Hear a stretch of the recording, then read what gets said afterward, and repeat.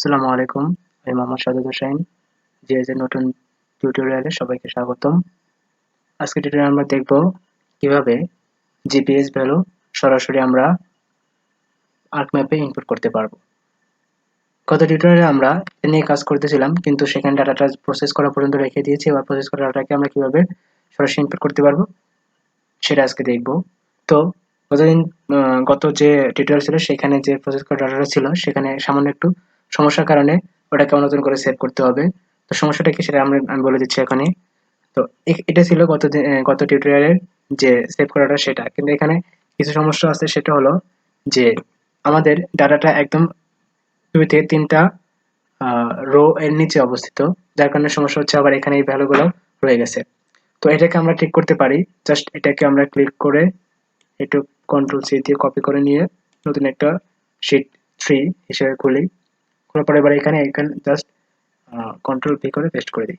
এবার এটাকে একটু বড় করে দেখাচ্ছি।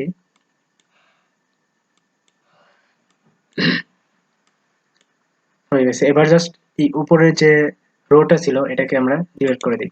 এখানে জাস্ট ক্লিক করার পরে ডিলিট, এন্টার। ওকে, তো এখন এটাকে সেভ করি। আবার file, save as, new folder, সেখানে আমরা সিলেক্ট করতে যাচ্ছি। এখানে ভার্সন 2 হিসেবে সেভ করি। এখানে এক্সেল 97 2000 এটাই রাখতে হবে। ওকে, সেভ করলাম। এখন আমরা আর্কম্যাপ যে শেলতে যাই। তো এখান থেকে করার জন্য আমাদের এই অ্যাড ফাইল এখান থেকে আমরা সিলেক্ট করতে হবে। করার পর নিউ ফোল্ডারে যাওয়ার পরে আমরা যেটা সিলেক্ট করতাম সেটা ভার্সিটি লোকেশন নিউ। তো একটু এটাতে সিলেক্ট করার পরে অ্যাড। এখন আমরা রেখেছিলাম হলো শীট 3, সেটা হলো মেইন। তো শীট 3 হিসেবে এখানে রেখে দিলাম। এবার এখানে চলে আসলো। এখন প্রথমে যে একটা ভার্সন সেভ করা হয়েছে নরমাল ভার্সন, সেটা যদি আমরা এখানে ওপেন করতাম তখন এই পর্যন্ত হতো। তারপর এবার যখন আমরা ডিসপ্লে এক্স ডাটা দেবো তখন আর ওইটা শো করতো না। কিন্তু যেহেতু আমরা 97 2003 এটা দিয়ে দিয়েছি, যার কারণে এটা এখন ডিসপ্লে এক্স করলেও এখানে শো করবে। তো এখানে এক্স করার পরে এখানে দেখা যাচ্ছে একটা পেজ চলে আসছে। এখানে এক্স ফিল্ডে হলো লংজিটিউড দেওয়া আছে, ওয়াই ফিল্ডে ল্যাটিটিউড দেওয়া আছে। আসলে এভাবে থাকে, এক্স ফিল্ডে হলো লংজিটিউড থাকে এবং ওয়াই ফিল্ডে ল্যাটিটিউড থাকে। তো এটা আমরা চেঞ্জ করতে অনেক সময় এটা চেঞ্জ হয়ে যেতে পারে, তখন সেটা এক্স ফিল্ডের জন্য লংজিটিউড ভ্যালু এবং ওয়াই ফিল্ডের জন্য ল্যাটিটিউড ভ্যালুটা সিলেক্ট করে দিতে হবে। আর এখানে কোঅর্ডিনেট সিস্টেম যেটা এখানে দেওয়া আছে, আমরা এখানে যদি না দিতে থাকলে তখন এখান থেকে আমরা চেঞ্জ করে দিতাম। তো এবার ওকে করে দেই। দেওয়ার পরে এখানে একটা এরকম একটা নোটিস আসবে, সেটা আমরা ওকে করে দিই। দেওয়ার পরে দেখা যাচ্ছে যে এখানে কয়েকটা এরকম ভ্যালু দেখা যাচ্ছে, সেটা আমরা এখান থেকে বড় করে নেই একটু। এখানে একটা ক্লিক করলেই হয়ে যাবে। এটাতে আমরা যেকোনো একটা কালার দিতে পারি। ওকে, এখানে সবগুলো দেখাচ্ছে। তো এভাবেই আমরা জিপিএস ভ্যালু যেটা সরাসরি আমরা ম্যাপে ইনপুট করতে পারি। এখন ম্যাপে ইনপুট করার পর এটাকে অনেকভাবে কাস্টমাইজ করা যায়, সেটা আমরা দেখাচ্ছি এখন। এখান থেকে আমরা চাইলে এটা লেভেল ফিচার করে দিতে পারি। এখান থেকে আমরা এটা লেভেল ফিচার করে দিই। লেভেল ফিচার করে দিলাম। এখানে সবগুলো ভার্সিটির যে নাম সেটা দেখাচ্ছে।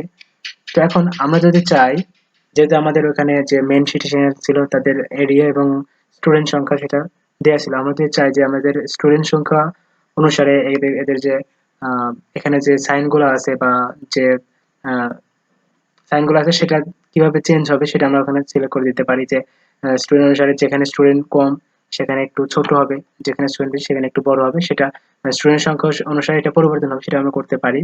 তো সেটা করার জন্য এখানে রাইট বাটন ক্লিক করে প্রপার্টিসে যেতে পারি, অথবা এখানে ডাবল ক্লিক করে প্রপার্টিসে যেতে পারি। তো এখান থেকে এর আগে আমরা এটা সিম্বলিতে কাজ করেছিলাম। এই ক্যাটাগরিতে এসে আমরা বিভিন্ন একাধিক ভ্যালু এখানে শো করেছিলাম। তো এখন কোয়ান্টিটিসে আমরা আসবো। আসার পরে আমরা দেখবো সেটা কিভাবে করতে হয়। তো এখানে আমরা যে গ্রাজুয়েটের সিম্বল, এখানে আমরা দেখবো যে এখানে ভ্যালু যেটা আছে আমরা কোনটা দিতেছি সেটা আমরা এখানে শো করবো। জাস্ট স্টুডেন্ট যেটা সেটা দিতে পারি। তারপরে দেখা যাচ্ছে এখানে 5টা ক্লাস হিসেবে আসছে। আমরা যদি ক্লাস আরো বেশি করতে চাই এখানে আমরা ক্লাসটা চেঞ্জ করতে পারি, 5 রাখতেছি। আর এখানে যে ভ্যালুগুলো আছে সেটা 5টা ভাগে ভাগ হয়ে চেঞ্জ হয়েছে এখানে। তো এটাকে আমরা প্রথমে অ্যাপ্লাই করে দেখি। অ্যাপ্লাই করার পরে দেখা যাচ্ছে যে এখানে চেঞ্জ হয়ে গেছে। ওকে করি। এখন এখানে যদি আমরা জুম করি, তো জুম ইন করার পর দেখা যাবে যে এখানে কোন ভার্সিটিতে কি পরিমাণে স্টুডেন্ট আছে সেটা আমরা দেখতে। এটা ইউনিভার্সিটি অফ ঢাকা, তারপর এটা আছে, এটা রাজশাহী ইউনিভার্সিটি, এটা শাহজালাল। তো এভাবে কি পরিমাণে স্টুডেন্ট আছে সেটা এই স্টুডেন্টের সংখ্যা অনুসারে এটা চেঞ্জ হয়ে গেছে। তো এভাবেই আমরা কোনো জিপিএস ভ্যালু আমরা ম্যাপে ইনপুট করতে পারি এবং আমাদের প্রয়োজন অনুসারে কাস্টমাইজ করতে পারি। ধন্যবাদ সবাইকে।